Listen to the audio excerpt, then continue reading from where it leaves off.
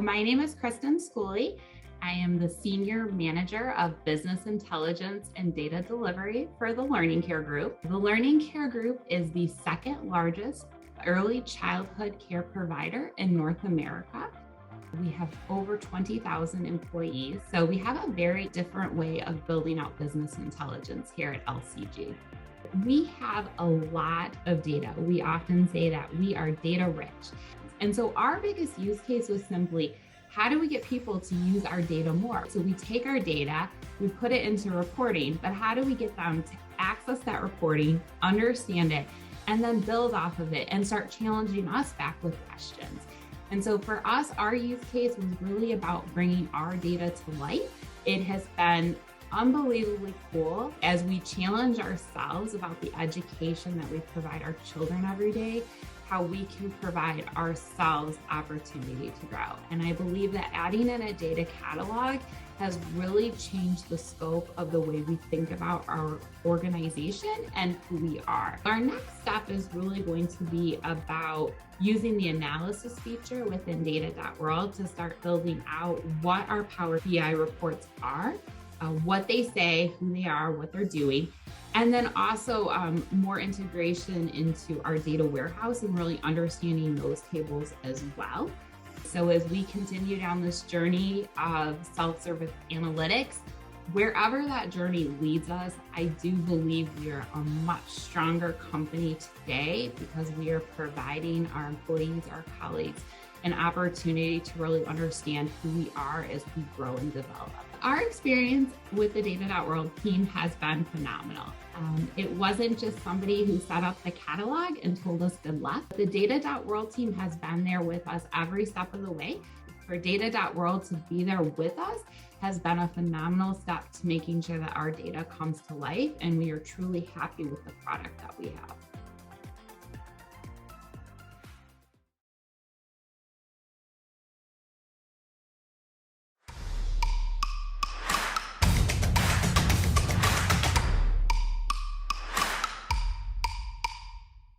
Hi, I'm Jessica Lin, Senior Product Designer here at Data.World.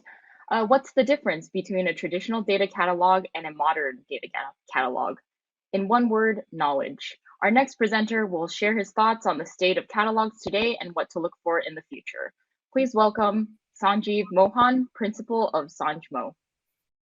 Thank you, Jessica, for that excellent introduction. Today, I will be talking to you about the future of data catalogs. As Jessica said, my name is Sanjeev Mohan. I am a principal with Sanjmo Advisory. Until recently, I was a research analyst at Gartner in its data and analytics practice. The promise of metadata is huge. Anyone who is following the space of data governance is aware of the hypergrowth of data catalogs. Why is that? Why are there so many data catalogs? The reason is because data catalogs provide us a unique way to unify how our data is being created, transformed, and consumed in a single pane of glass. And as we grow the scope of our data catalogs, we are starting to see more and more use cases that are being enabled by data catalogs. The use cases could be maybe an organization wants to go into modernization of the digital infrastructure. That could include migrating to the cloud. How do you know what is the usage of your data and how should you do your migration is a use case that originally data catalogs were not built for, but now it is there to enable a more optimized and efficient way to modernize infrastructure. It may also be to do original use case of doing compliance, regulatory compliance, or it could be to do more data security and data privacy. Whatever the case may be, the use of data catalogs is expanding rapidly. Today, it gives me great pleasure to talk to you about a vision that I want to put forth of how the future data catalog should look like. But before we talk about the vision, we will do a little bit of a pulse check And we will look at what is the current state of data catalogs and what are the challenges. And then we will end up with a few recommendations. So I welcome you on this exciting journey as we start looking into the modern data catalogs and look into the future. So first of all, what is the state? Data catalogs have been accepted as a gateway to modern analytics architectures. The sole reason why we managed to get over the hump of data swamp and regain the control of our data lakes is because we started understanding what data was going into data lakes and exposing them through data catalogs. It is now very well understood that data catalogs are the gateway through which, or the portal through which we get into modern architectures. Also, these catalogs are widely deployed. So we are beyond the need to try to explain the rationale for getting a data catalog. Most organizations I talk to, they understand and they have widely deployed it. How do we know these are widely deployed? It's because when we talk to these organizations, we learn about how now they're reporting over many thousands of daily or weekly active users are using these catalogs. We are now seeing examples of where the need to go to Slack and ask a question as to who should I talk to and how do I do this, and try to reach a few subject matter experts is something that we are actively trying to remove and make people go to the data catalogs. But there's always a but. There's a lot more to be done. Like I said earlier, we have barely scratched the surface. There's a lot more adoption that needs to happen within an organization. The reason why we are suffering is because there are some inherent challenges that we face with our data catalogs. What are these challenges? These challenges are leading to poor adoption, and they fall under the good old people, process, technology.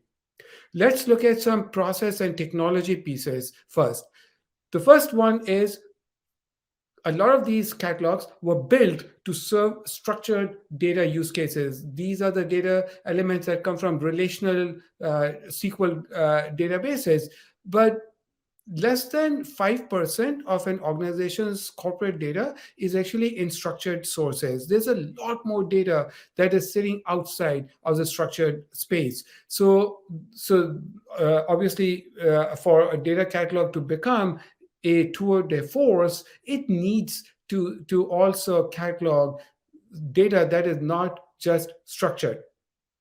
For example, I have a catalog that shows me a lot of metadata about my products. So I can see which products are popular, what kind of queries are being used on my products, what are the relationship with other products. But then we have people writing about a product in social media. They may be tweeting about it.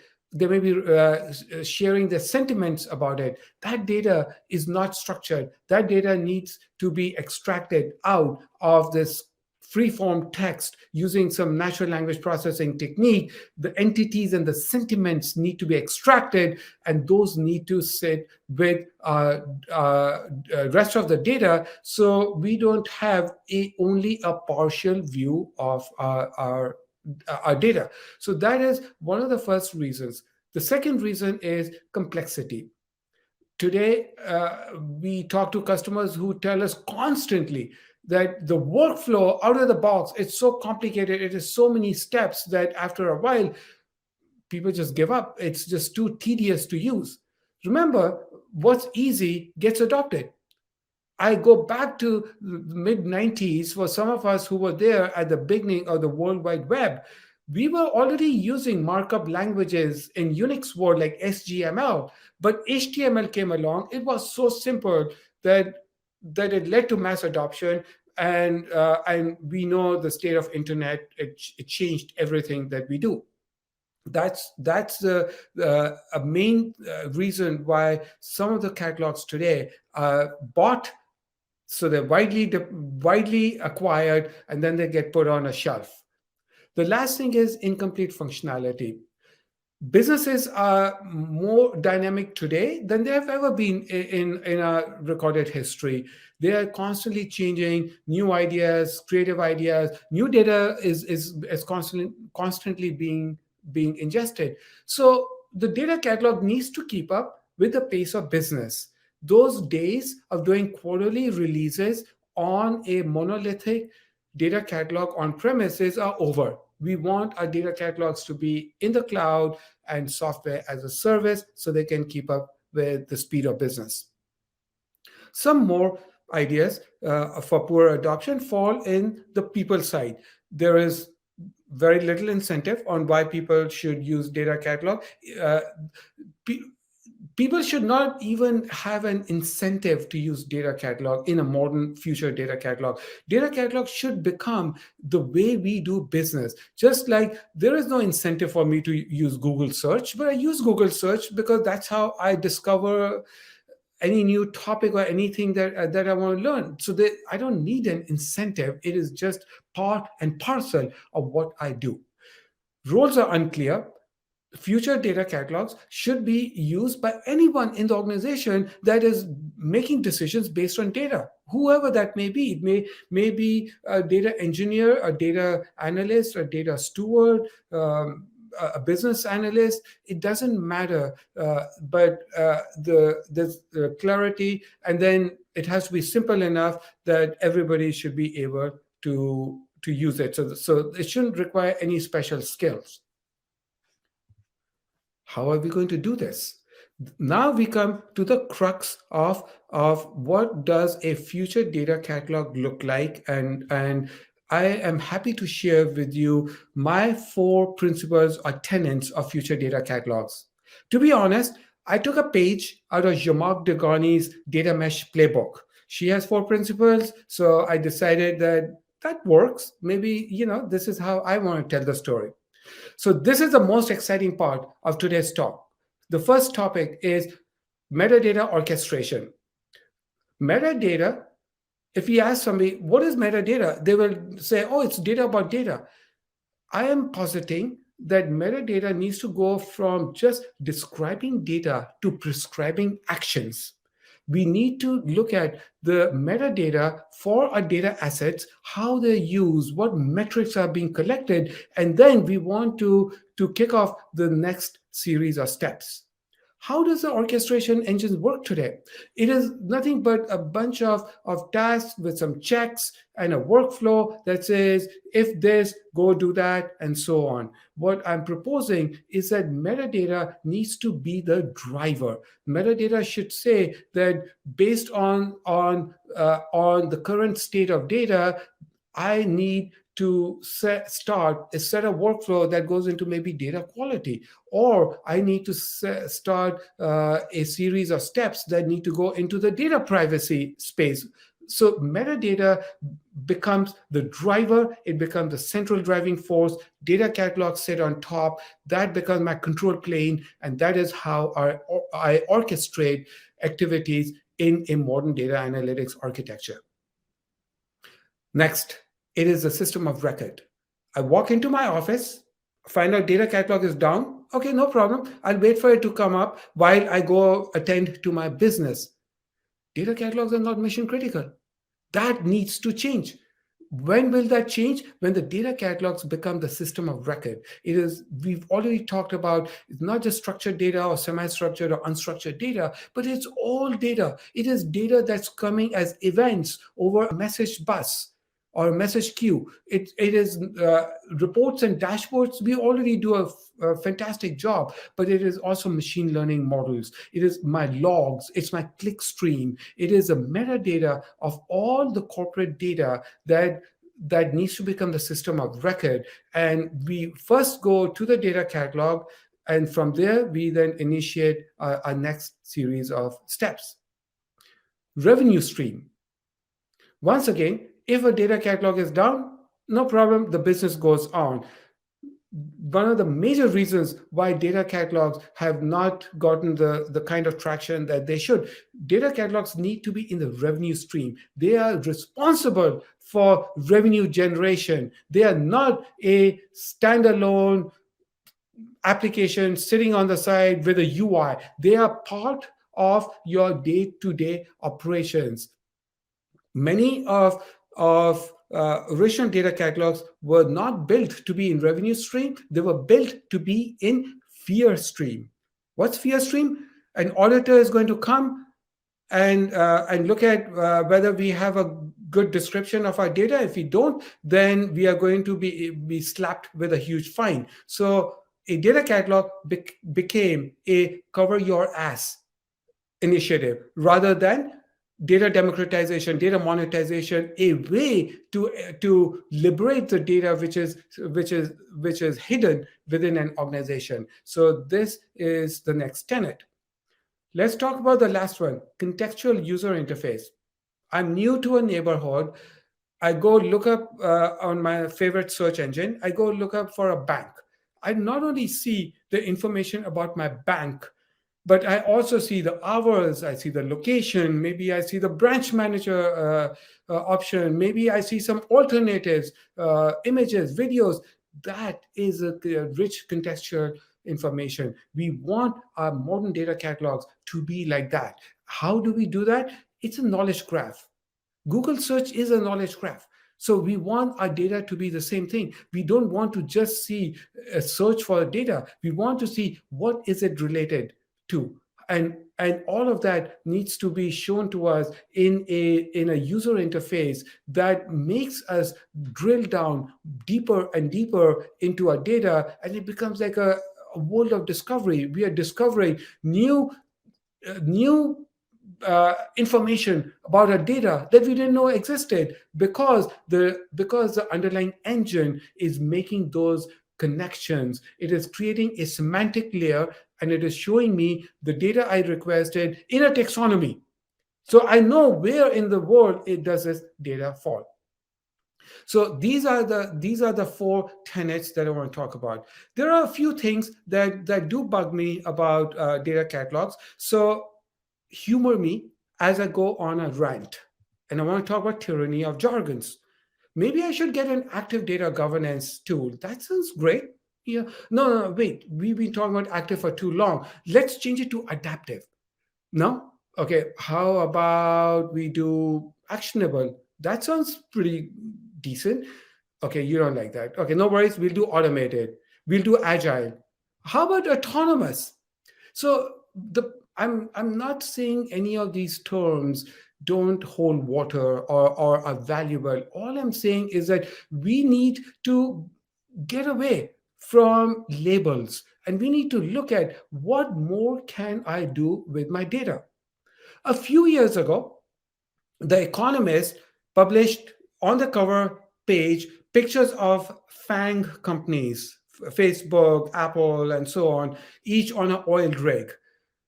The bubbly enthusiast that we are in the data world, we excitedly jumped on it and we declared data is a new oil. We completely missed the point. What The Economist was trying to tell us was that these companies are the new monopolies. And we said, no, data is a new water. No, it's a new sun. Data is a new currency.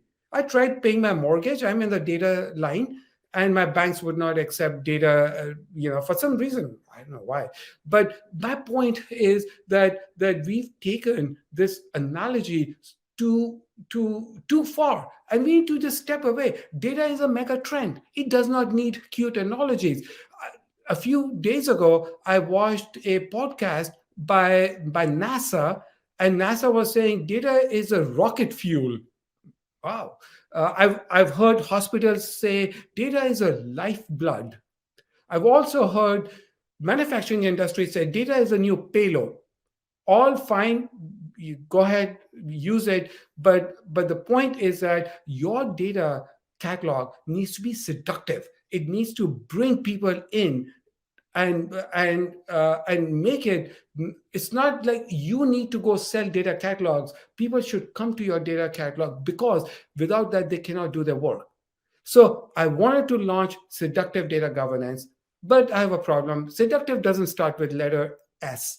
So today at this conference, I'm happy to launch attractive data governance. So sorry, rant off, hashtag rant off. I will get back to the business with one last slide, which summarizes some of the points that I made. So here are a few recommendations from everything that we've talked about. The first one is we want to meet the users where they are. What does that mean?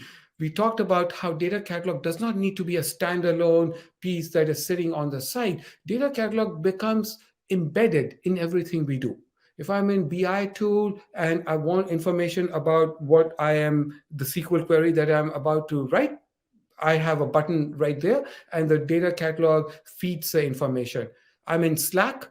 I don't want to be bugging the subject matter expert with questions. I ask, but I need to. I ask a question. Hey, where will I find all the information as to where the emails are stored? Because I have to do a GDPR right to be forgotten. I need to mask, obfuscate emails. I ask a question in Slack. Who answers it?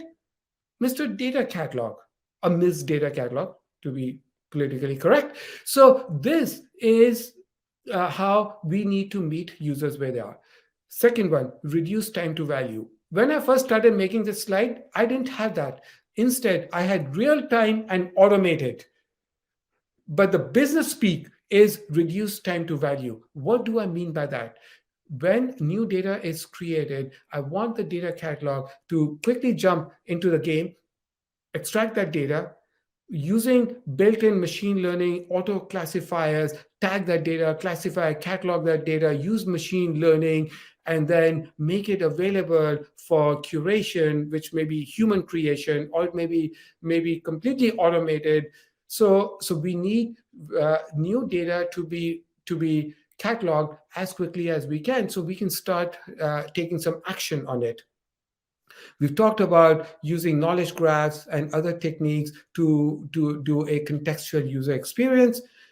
Multi-dimensional data means it's not just structured, it is all kinds of data. And then we need to expand our use cases. We started our talk by talking about modernization and using metadata to determine what should and should not move into the cloud.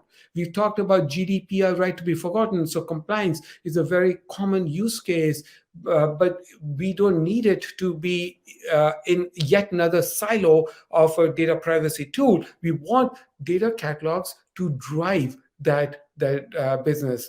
So similarly, they're improving data quality, doing obviously self-service data analytics is one of the biggest use cases. So these are my recommendations. I really want to thank you for your kind attention, staying till the end. Now, I am very excited to see what Tim and Lydia have to share as to where data.world is taking its data catalog. Thank you very much for your time.